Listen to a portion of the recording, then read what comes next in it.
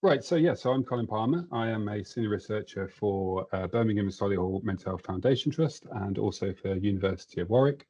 My background's largely been in research in early intervention. So I've long known some of the problems that I'm sure we've been discussing today in terms of the treatment gap. And I kind of tasked myself about 5 years ago to start thinking about how we might be able to generate some solutions. So that's what this presentation is going to be about. And really that's underlined by the fact that I think we're at a stage where we need to build some infrastructure in order to allow us to tackle some of these problems. Okay, so what I'm going to try and cover, and I'm going to go through it quite quickly because I think we might have overrun a little bit. So we'll look at some of the current trends in UK youth mental health, look at some of the new perspectives I think are really useful in early intervention and prevention. We'll talk to you a little bit about the brief wellbeing census. It's an approach that we applied in Birmingham. You know what all that's about, and then I'll try and talk to you about what we're thinking about trying to do with the data and what's the potential for approaches like this, and then we'll round off with some conclusions. So I've missed some of the morning sessions, but I imagine we all know about the crisis and epidemic. We started doing surveys on the prevalence of probable mental health disorders back in 2017 in the UK. Back then we were talking about things like 1 in 8. I can even remember when it was 1 in 9. And now we're at the stage where it's 1 in 5, and to be honest, it's probably even higher than that at the moment. Now, putting aside the general debates that we've been having for all of this decade about are we just getting better at detecting it, I think the fact is that it's quite clear that we do have a problem here, and that need is not being addressed. Our recent UNICEF World Report Card was pretty shocking for the United Kingdom. We've had 2 of them now that have not been very good. We were 27th out of 36 countries for adolescent mental health, and we were second from bottom for adolescents' life satisfaction, which is essentially what we mean when we talk about psychological well-being. So lots of reasons for us to start thinking about how we can find some solutions to some of these problems. If we look at current data from services, we can also see that there's a big problem here, and that's that just the sheer number of young people that are trying to access services.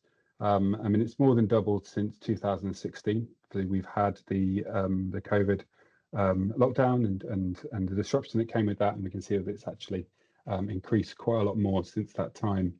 And if you look at the graph on the right-hand side, then you can see how much of a disparity we have between the number of staff that we're employing in child and adolescent mental health services. But obviously, we're not getting anywhere near what is the number of young people that are trying to get a referral or get some kind of support from services. And we call this treatment gap. It is an international thing. It's not something that's specific to the UK. And I think it really tells us a story that we need to start rethinking about how we actually approach supporting mental health. So, but the fact is there that needs outstrip provision. So some of the promising kind of rethinking of some of the paradigms of mental health are in these clinical staging models that we see from people like Patrick McGorry in Australia. And this is this idea that what we're really seeing with a disorder is actually the end stage. Someone has gone through this generalized transdiagnostic distress disorder, which eventually, via its severity, emerges into these recognizable disorders. I think this makes perfect sense. I mean, worked in early intervention, I have to say it's very rare that a mental health condition just appears. It often has a development course. In psychosis, we talk about the prodromal periods. So it makes perfect sense to me. But really what it does is it suggests that we need to rethink about how can we address this challenge, because if we're actually waiting for people to get to that stage where they have this recognizable emerged disorder, then there's a lot of illness that's happened to that point, and we're leaving it for those illnesses to become embedded. So we need to start thinking about what are called tiered models that can try and target some of the determinants of this later illness, and this is really where prevention comes in. All of that research dovetails with stuff that we've known for a long time, which is when we look at the data and epidemiology versus age, then youth mental health starts when people are young. We see that the peak for onset of mental health problems for adolescents is 14.5 years old. We can see that anxiety peaks even before that. And these are two very well established epidemiological studies that have been done on international data by Solmi and Illhouse, and it really tells a picture that we need to not only be targeting people in the early course of their illness, but also at a younger age, because that's actually when it's occurring. There's also a building international consensus around this need to use this data to try and integrate our care better. So if we're thinking about we haven't got the staff and services to meet the demand of young people, we need to start moving our treatment, our support into community settings. And this is what the Atlantic Psychiatry Commission have advised and have had some thoughts about, but there's still some questions about how do we target early help in the community? How do we create multiple entry points and clear pathways for young people? And how do we scale meaningful evidence-based support beyond crisis services? So this is where my spin on this would be, I think if early help is the goal, then schools are the gateway. And for a couple of, well, three very good reasons. One, 93% of 5 to 18-year-olds are in schools. That's not including free schools and independent schools. So it's actually a bit higher than that if you take all schools. And yes, there is probably about a 5 to 4% of young people that are not in schools, educational training and NEET. And I completely agree there needs to be a different approach to try and reach those young people. We could look at youth centres, for example. But also schools are geographically, strategically located across regions that have commissioned services. So they really do provide the structure and the backdrop for us doing what we would call public mental health. And also schools have social capital in the form of teachers that can help direct and support young people with interventions if we can get them delivered to them at that stage. So there is absolutely the potential there, but currently we just don't have the data collection infrastructure to integrate early support and carry out effective mental health prevention. So this is where we had the idea of Breathe Education. So Breathe Education was set up to be a collaboration between schools, local education authorities, people in public health, mental health support teams that were just very new at the time, and youth mental health services as well. And our first goal was try and found a network of schools that could engage with some standardized, validated wellbeing data collection, which is what the Breathe census is.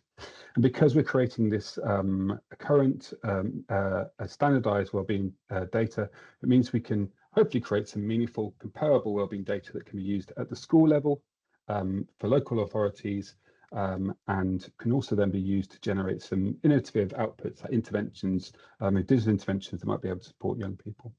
But the main idea here is that we're trying to build capacity in schools so we can measure and promote evidence-based wellbeing practices and try and reach young people at that preventative area in the course of their potential later life illness. So in our wellbeing census, we collect at the school level, we collect demographics of the young person. It allows us to cluster the young people into groups. We have 2 gold star measures of psychological wellbeing that we use, and then we look at some drivers, things like school connectedness, a cognitive reframing, some emotional regulation aspects, some stuff about peers, family, diet, nutrition, all of these things that can be tied into someone's psychological well-being. And we've been running it for 4 years. I'd say we're increasing every year in the number of schools that are taking part and the pupils that we're reaching. Currently, in the last year, about 15,500 pupils took part across 55 schools. So to date, we've carried out over 55,000 individual wellbeing assessments, and we've published over 200 school dashboards. And what these school dashboards are, they're part of that approach to try and support schools. So we collect data from individual pupils, but we don't give schools back individual data at this stage because there's complications to that at this stage. But we do give them a nice aggregated dashboard that allows them to identify clusters, compare themselves against previous years, look at the drivers of wellbeing. And what we can do then with this data is this data gives us this rolling wellbeing data for local comparison. So for example, Birmingham didn't have a measure of wellbeing for the area before. Now we have one, and we can work from that baseline going forward. It also allows us to look at localities within the city to try and see if there's any differences and try and attach those to the services that can be operating in those areas. And we've also got this aspect of being able to do something called local norming, where we can look at the number of pupils that are falling into our low wellbeing category and direct our mental health support teams towards those schools. We can also look at trying to model some of the drivers of wellbeing in our schools. So I've tried to visualize here what I mean, in that we can look at schools and use the baseline for those schools. And you could use characteristics of schools if you wanted to create baselines that are specific to those, to a type of school, like say all boys schools or all girls schools. And then we can superimpose what are their drivers of wellbeing, and then direct schools towards getting support for those parts where they need more support. You can see here schools are different shapes, they have different profiles. We know there's variation in terms of at the school level when it comes to promoting psychological wellbeing. Because we look at primary and secondary school as well, we can also look at trying to identify the critical periods for intervention. Through some of this as work, we're in the process of trying to get this paper published, which is found this quite interesting gender flip, where girls start off with reporting higher school connectedness, but actually end up with lower school connectedness once they go through the transition to secondary school. But I really think the point here is to say that if we look over time, then that gives us some nuances and tells us when we might be best pitched to target our interventions. And then, of course, eventually this leads to the same thing we can do with schools, is that we can model the drivers of wellbeing for pupils at the individual level, and maybe start looking towards tailoring what these interventions can be, so that they are suited to that unique profile of that young person. And it really speaks to what Kayla was saying in the last presentation. This could be really important for neurodivergent pupils, where we can cluster them together, but we can also provide them with something that's tailored to their needs.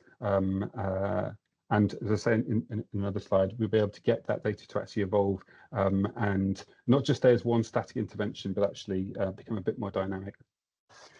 The other aspects, if you're dealing with large data sets, is that you could do some predictive modelling.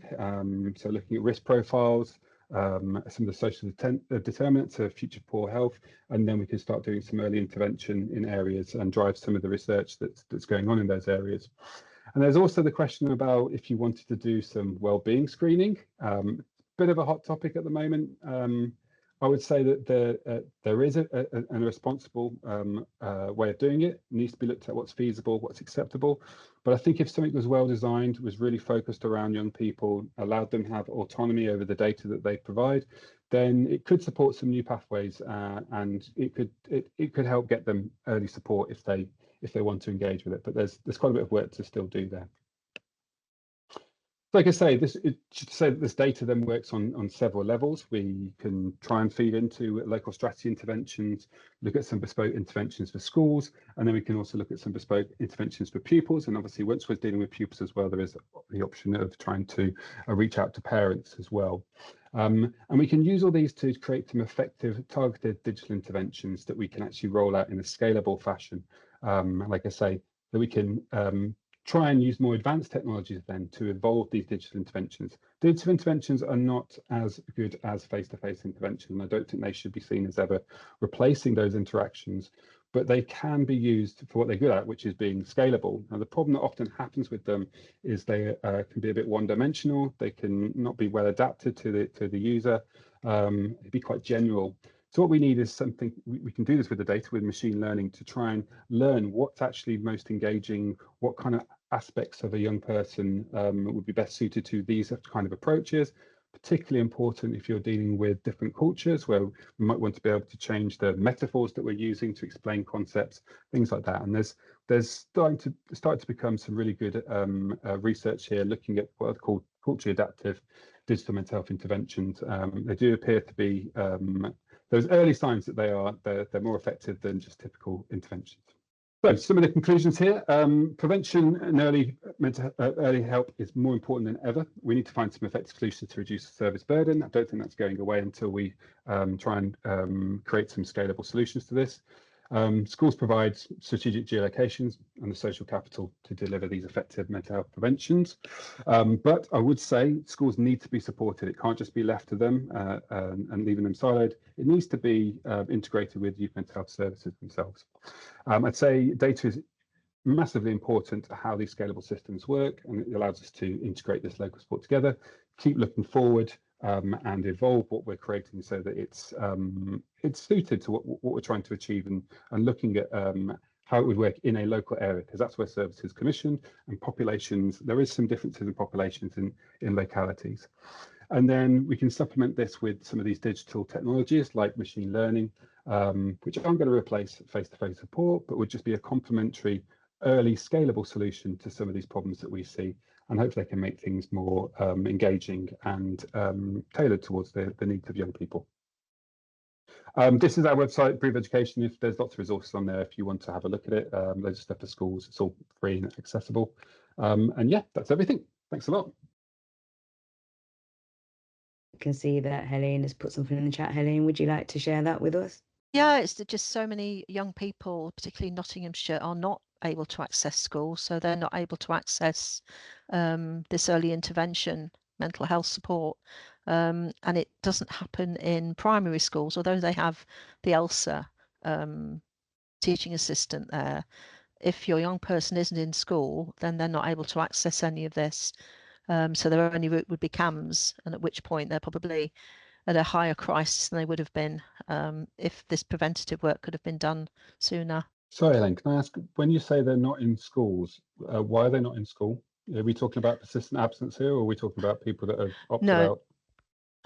So they're not off-rolled, they're actually on roll at school, but not able to attend the school environment. So they're really looking for alternative provision or EOTAS or something like that, but it's usually anxiety based as to why they're not able to attend, which means they're not able to access this sort of provision. See, we deliver everything digitally, and we collect data from what we'd say is persistent absenters. That's always a question about whether they would engage with it, but there wouldn't be any reason why they wouldn't be able to take part in something that's digitally delivered. And then their link would be directly with this, with a mental support teams wouldn't actually deal with individuals, would they, in that regard? But yeah, there's a bit of a gap there, but it's something that could be brought into these systems. Absolutely. It's definitely good to kind of acknowledge the gaps and also have a think as we're looking at the research and the interventions and the pathways that we're planning, how we can meet those needs and those that are harder to reach if they're not in education as well. I can see that Charlotte has posted as well in the chat that mental health improving attendance teams are now kind of an extension of the MHST to attendance, which also helps support young people, I guess, who are not in education full time. And we've got some more in the chat. So Mark, Nottinghamshire MHSTs cover both primary and secondary schools, covering currently around 140 schools. And I think from what Jeffrey was saying, there's, the same amount in Nairobi. So we are looking at that early intervention, aren't we, again, around mental health support being in schools and that being good practice. And Gloucestershire is also piloting high intensity CBT support for young people with poor school attendance. So yeah, brilliant. So we can see again pockets of good practice.